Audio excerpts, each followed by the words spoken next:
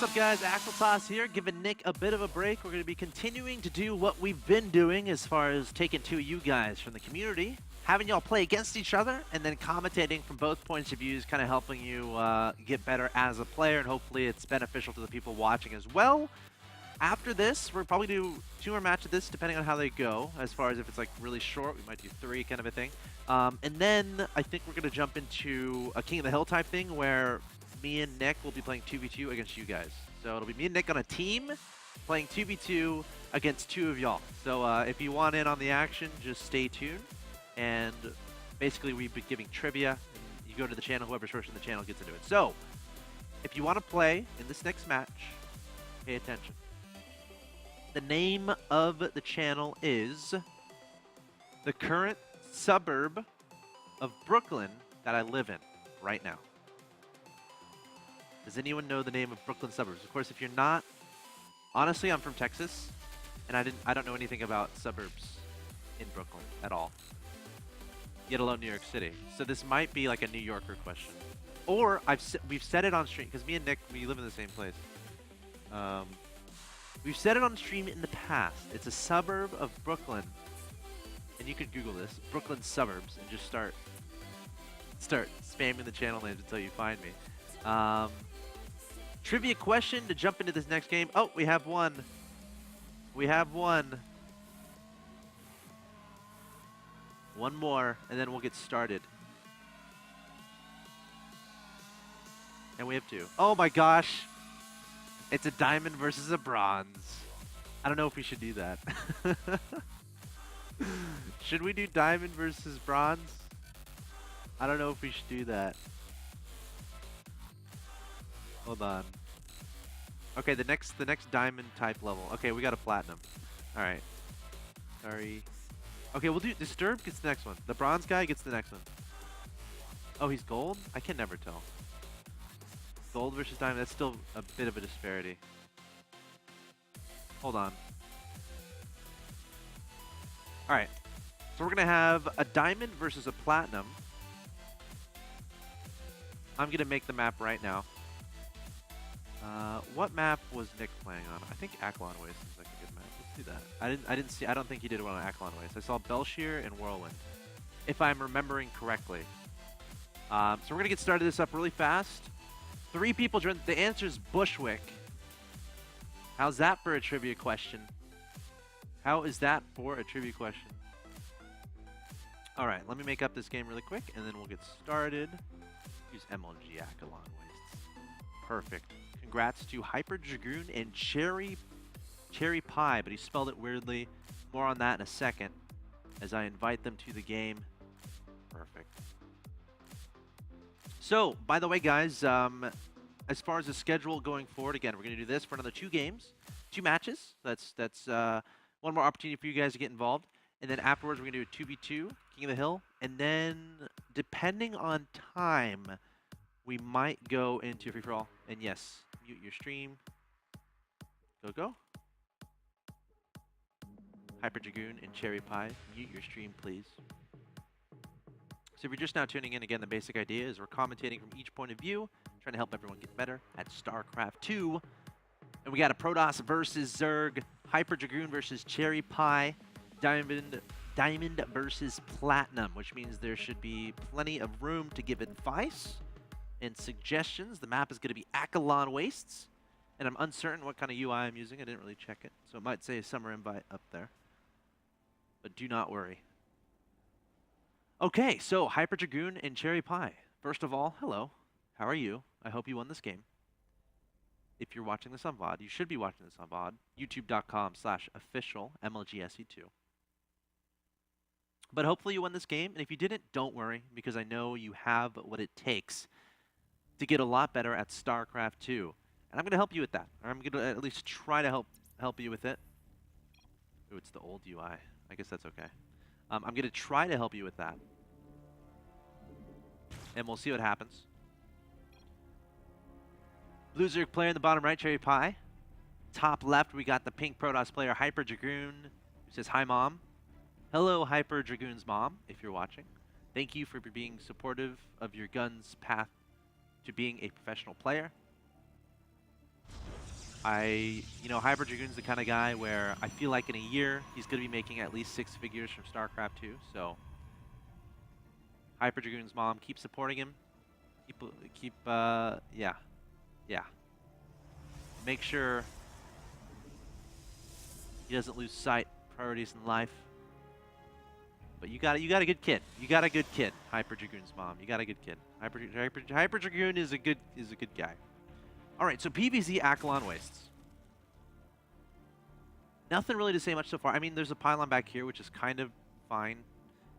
And for people watching, that's kind of like, so you don't lose any economy whatsoever, right? You immediately, well, Gateway is pretty interesting. Gateway expand type thing.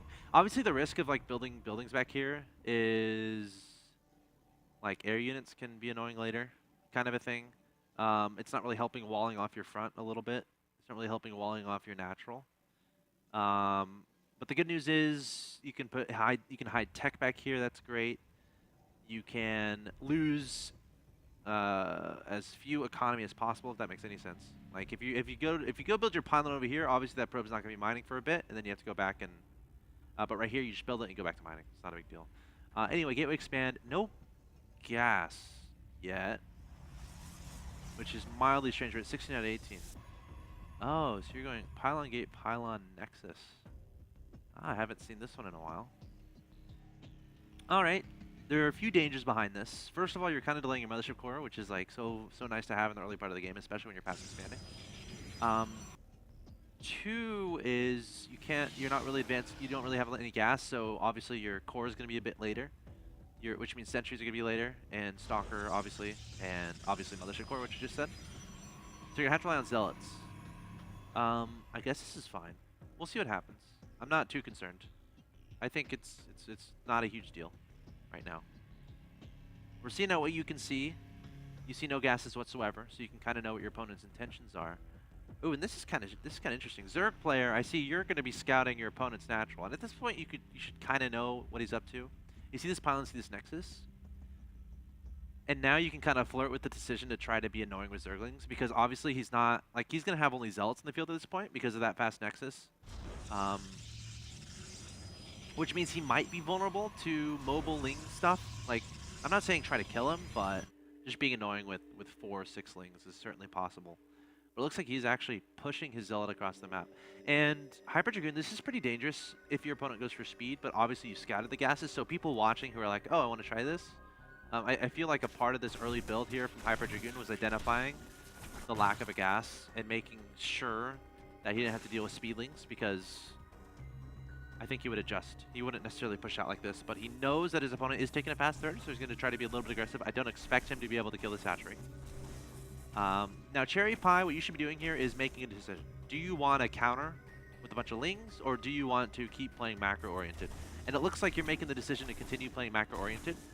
So what's important here is only making enough lings to kill a zealot and a probe.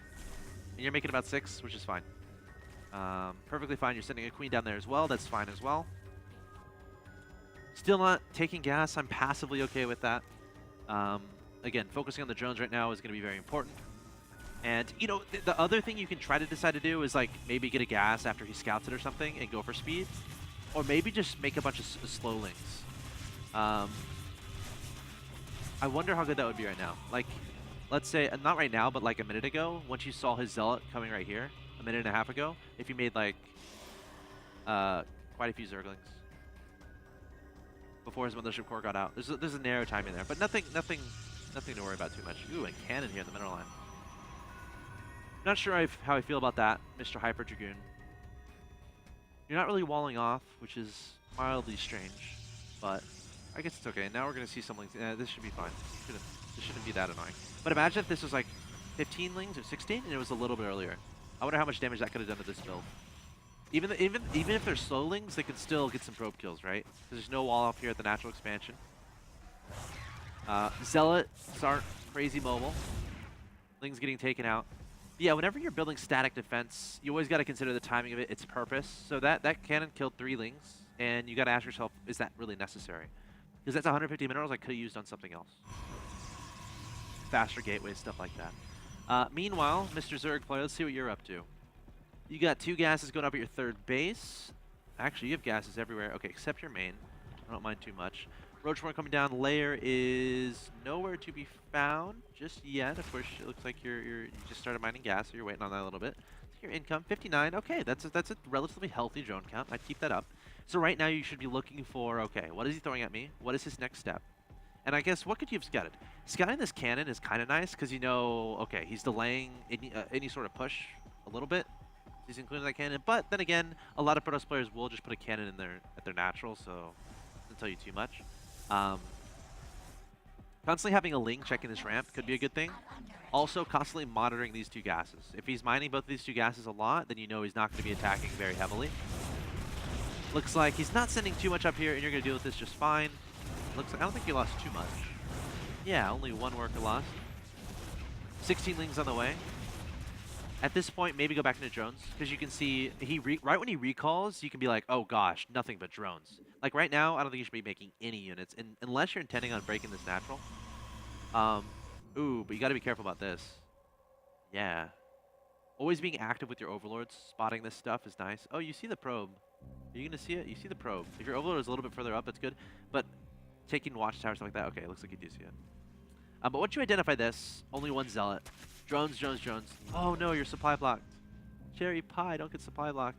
Like, all these roaches weren't really that necessary at all. You kind of have to guess, okay, what is my opponent up to? Not really guess, but kind of gauge. Based on what you're scouting. You're like, okay, he sent a zealot, he sent a soccer, a mothership core, and then he recalled. That's an automatic trigger. Drones, drones, drones, drones, drones. Even a fourth hatchery. Maybe not even at a fourth location, but fourth hatchery, a macro hatch, something like that. Would have been fine. But once you identify your Protoss opponent is not going to be super aggressive, you want to get your economy up. And you know you can feel safe to do so if he's not being aggressive. The game of Jones playing the Zerg race. Now Protoss, that push, I'm not certain how much I like it. The Zealot Stalker, Mothership Core, I'm not sure what it's really intending to accomplish. I guess maybe forcing out units is fine while taking back home. That's good. But CheriPal, from your point of view, immediately after a push like that happens, scouting, trying to find out exactly what's happening. Because he recalled for a reason. If he's not continuing to be aggressive and he's pulling back, that means he's spending, unless he's just not spending his money, he's spending it on something. You can see he doesn't have a third base. Ideally, you'd have vision over this third as well. And if he doesn't have a third base and he's not being aggressive, like, what options does that leave? Probably he's teching to something. So that's what you should kind of identify and look out for. Like a good scout timing, like 8-9 minutes, or right after that recall happens. Ooh, that would be a nice little pick off, a couple sentries. And now you're seeing what's happening, and you should have the capability to deal with this. Don't get supply block though. Already going up to Hive. So you have 75 drones, no more drones necessary. A bunch of Hydras beats this. You were able to identify his composition, and now the observer sees all these roaches. And HyperDragoon, I'm sure you're probably a little bit scared right now. Let's see, what are you going up to? A2, you know what I would try if I were you, HyperDragoon? When you did that little push earlier, maybe try to kill these rocks, and take that third during that, and then add on the Stargates. And constant pro production. Because this seems a little bit disjointed as far as this pushing. I mean, you can obviously recall out at any time, but you're not really hitting a timing. Well, okay, well this is nice. Oh, I like that. So, Mr. CheriPal, Blue Zerg, you needed to see that this was coming across the map so this doesn't happen. You have a fine army to deal with that. And now you're losing your third that you didn't have to use it, so getting into a better position, gotta watch out for that recall shenaniganry. Because you absolutely had the army to deal with that. I like the Lings over here, countering, making sure to delay that third as much as possible, and now you have an idea that that's what he's trying to go for. Better Overlord spread would be great. Like, imagine having an Overlord up in this location. Obviously, his Void Rays, but his Void Rays were kind of centered on going right after that third base. They're not really going to be straying up to the top right. And this push should actually do a lot of damage to you, CheriPal. Now, HyperDragoon, you have to make a decision. Do you hold your third or do you not? Because you need Colossi right now. Your Robo Bay is done. You're not making a Colossus. You need to be Chrono Boosting Colossus right now. Your supply block, that's no fun. Void Rays, I guess it's fine. As long as you force field brilliantly. Okay, decent force field so far. Actually, really good force fields. But he's going to get the concave, so you got to be careful. Wow. Those are not terrible force fields. Of course, you don't really want to engage in this open space because now you're kind of out of force fields because you had to use all those. Sure, they were good force fields, but now you don't have any energy left. So you weren't really able to convert. And if you're in an open space, that's like, the more open the space, the more force fields you have to throw down. Nice little time warp, but now you're out of force fields. Okay, you have one, but imagine if you had more at this point. You can completely split this in half. You should be able to hold this off, I think. I don't think he has enough Hydras to really deal with this. CheriPal, you need to identify exactly how many Void Rays he was making, and identify what your unit composition should be. Right? Like a lot more Hydras when he has a lot more Void Rays. But now it's a situation where you need to get Colossi, man. Colossi are good to mix in with the Void Rays. Or Templar. Templar are good too. Getting this third up should be a priority. It looks like it is. Look at your probe saturation. Let's look at probe count in general. Yeah, HyperDragoon, you're staying really low econ in this game, which I guess is, I mean, it's stylistic. Like, sure, you're going to be, since you're low econ, every single unit you have is going to be much more important that you keep alive. So from this point forward, you're kind of accepting the fact that you can't lose any more units, or you can't lose a Void Ray. You want to keep your Void Rays alive, and it looks like you've been doing a decent job at that. Units lost is great for you right now. But you have to understand, if you're going for this low econ style, where you're really pumping a lot of resources into these heavy tech, into these expensive units, and your economy isn't fantastic, you're staying at 58 drones, kind of just 2 base and a half-ish saturation, then you know, you kind of have to realize that you're playing that style and that you can't lose that, which you might be doing, which is fine. But in case you don't have that on your mind, I just want to let you know that. CheriPal, this army looks very weak right now. I feel like you should be incorporating Vipers a little bit. I see no reason not to get Vipers right now. Oh! You don't want to lose units for free here. Your Hive is done, I think. Yeah, your Hive is done. So I'm not sure why you got the Hive, because right now you're making Infestors. Vipers could be really good in a situation like this. Like, imagine if you don't invest anything into those Infestors, and instead you just get like Hydra, Roach, Viper. Of course, that is dependent on good control, but you're in a situation where you know his third is kind of delayed. You know his situation of, okay, he's low econ because you've been watching it, like, or you should have been. Scouting is his timing, scouting how many probes he has. Not how many probes he has necessarily, but just the timing of the third can tell you that alone. And scouting his unit composition. He doesn't have a hyper-mobile composition, so no reason not to have a billion bases. I like how you're taking these gases really fast. Gases over here, that's great. Taking this base is great as well. You have the ability to do this. And now you're going for this Roach Hydra composition that you need to trade pretty well with. But you're incorporating Infestors, which in this composition, it's going to be dangerous against Force Fields and Colossi. Something that kind of negates that is going to be the Vipers. Pulling Colossi, pulling Void Rays makes your life a whole lot easier with Hydras underneath. So I would consider that. And with extra money, you can put down extra Evo Chambers. And you can use the extra Evo Chambers to give your Vipers more energy. That could be a nice little tactic to utilize in the future. Infestors, I guess, is fun. It's a little bit scary. Infestors aren't as good as they once were. So it's still a little bit scary for me, because once he incorporates a bunch of Colossi, I don't know if you have an answer to that, provided he has good control. Unless you engage in completely open spaces, stuff like that. That's what I would say. You're going to lose this hatchery, but you get a bunch of Zults out of it. I don't think that's the biggest of deals. Obviously, it's annoying, but you're still on 3 base saturation. Looks like, yeah, you have plenty of drones for these 3 bases, and you're not. You're only mining out of your main, so not a gigantic deal. Taking a hatchery up here would be great. Yeah, taking a hatchery, good. Okay, so you have 5 more Infestors on the way. You're making a lot of Infestors. Gosh, how do I feel about that? I'm not sure how I feel about that. They're not the most, what's the word? They're very squishy. Is that okay to use? Infestors are not the most lasting units, unless you have perfect control, which you might have. But it looks like the Protoss is playing a really defensive position here. Let's see, from HyperDragoon's point of view, looks like you're building up your Void Rays, Stalkers, Colossi, got some High Templar underneath. You got a great army. But again, all you're worried about are the big engagements. I like the Warp Prism play. You have Dark Shrine too, which is great. I would drop here with just 2 Zealots there, honestly, and then send your Warp Prism to the main. Send your Warp Prism to the third.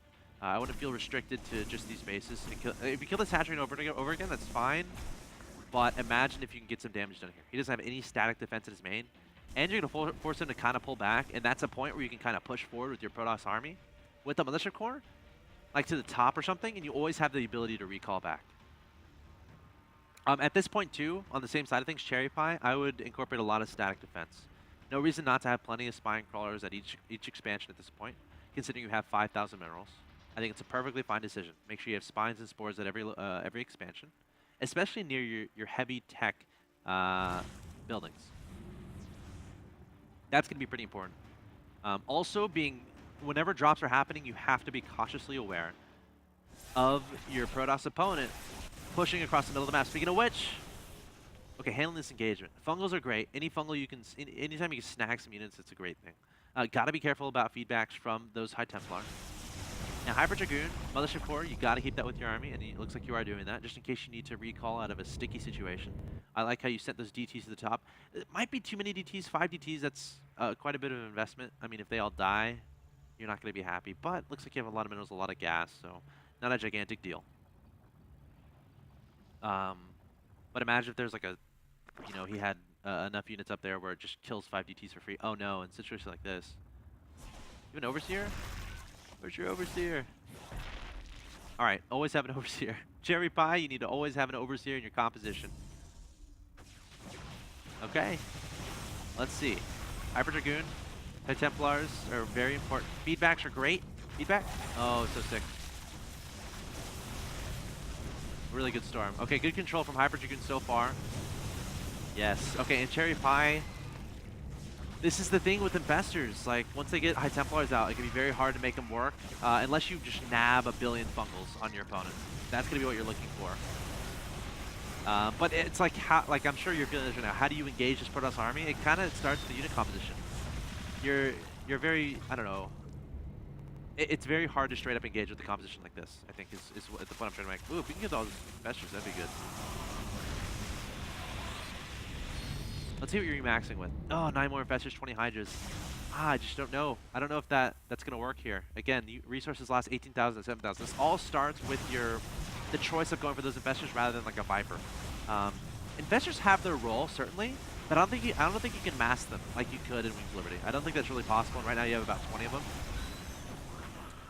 And a recall wasn't really necessary there, I don't think. I think you could have killed this entire army. Am I wrong? Yeah, you still had 2 Colossi. I think you could have killed that entire army, but I guess it's fine to recall, just to play really safe. Playing the Thorzane style, Spoon Terran. We got the Spoon Protoss, Mr. HyperDragoon. I really think you could have taken out that army. And you're kind of allowing your... Like, you have to be really tricky, because it's really careful, because the thing with Zerg, it's like... It's all about accumulating a bunch of resources and kind of remaxing if you're going for that Roach Hydra type composition. You don't really want to leave them room to get additional tech up. Because, like, imagine the Zerg has spent however many minerals and gas on Infestors. Imagine if a lot of that gas was into additional tech, like Broodlords or something like that, or other stuff. So, sure, it's fine. You can do a lot of damage, take out an expansion, but if their tech is intact, if they still have, they're probably gonna have a lot of resources banked.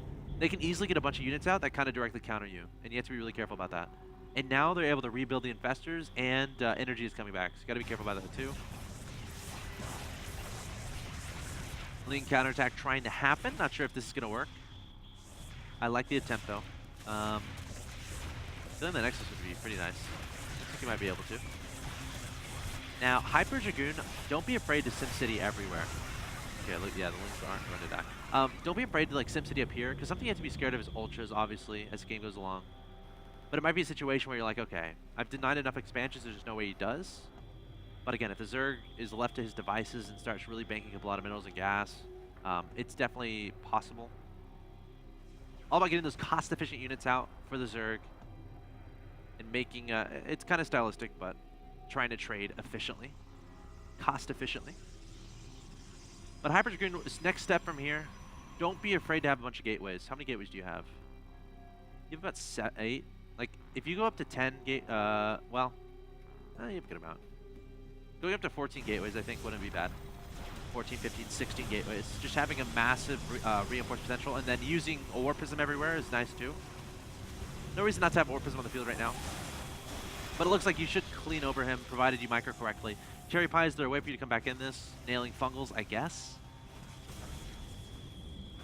But your composition is very this dies to Colossi a lot. Like, look at, like, Hydras are great, but without anything to kind of help support them and be in front of them and kind of take some damage, it can be tricky. Like, especially against, like, Storm. Like, High Templars is, like, perfect against this, right? Storms all over the Hydra list, feedbacking the Infestors. And he has a lot of High Templars. So, again, composition-wise, I would stray away from trying to go for mass Hydra, mass Infestor type things. Again, incorporating a lot of Roaches is fine. A lot of Hydras is fine. Incorporating Vipers can be great to try to pull in their expensive units, like their Void Rays. Incorporating Vipers, I mean. Is that what I said? Like pulling in their Void Rays, pulling in their Colossi. Taking those expensive guys out. And, of course, the Protoss saying, fun game. Because he is the Death Army. The High Templars really make this army. And we're going to have the final engagement. I don't expect CheriPal to be able to do anything here. Corruptor's coming out. Okay, there's the Greater Spire. There's a Broodlord transition attempted, but it might be a little bit too late. Storms everywhere. Trying to get those fungals down, but it's a situation where there's kind of not a lot you can do at this point. And the Protoss should be able to run over this without too much trouble. Yeah. So, good things from both players, I think. HyperDragoon, CheriPal, should be happy with yourselves no matter what. Let me look at some stuff really quick here. Yeah, I'm not too concerned with any terrible mistakes from you, HyperDragoon, Protoss. Being wary of the counterattack stuff. That early build, that early push, I guess it was fine. But like again, the kind of the style you were going for was getting those 2 Stargates on 2 bases, and then kind of going into a third a little bit later. You got to be very wary of what type of composition that is and how it's kind of very low economic, and that you can't lose any units. You did a great job with that. If that's your playstyle, that's fine, but just so you're aware. And from the Zerg point of view, CheriPal, composition is going to be the important key to take away from that. Infestors were great in Wings Liberty in mass numbers, like 20, 30, whatever. It looks like that's what you kind of tried to go for in this game. Like 18, 19, but it's very technical compositions. If you mess up with it for a second, you're going to find yourself losing a lot of resources, and it's not going to be a fun game for you. Resources lost at the end there for you, Mr. CheriPal, was 40,000 to 10,000. 40,000 to 10,000 resources lost. Yeah, it's going to be hard to win a game when it's that bad. Not bad, but like when there's that big of a disparity between the units lost. So, unit composition might have been better if you went for like perhaps a Vipers, Roaches, Hydras kind of a thing. That would have been really good against the composition he was going for as far as Colossi and Void Rays. But yeah, that's going to conclude the match between CheriPal and HyperDragoon. Guys, stay tuned. Coming next, I'm going to pick 2 more people. We already have 1. It's going to be a gold player. So we're going to be looking for another gold player to jump in and play, and of course be commentated and hopefully coach a little bit, hopefully learn a little bit. But yeah, guys, we'll be back after a quick break. Don't go anywhere.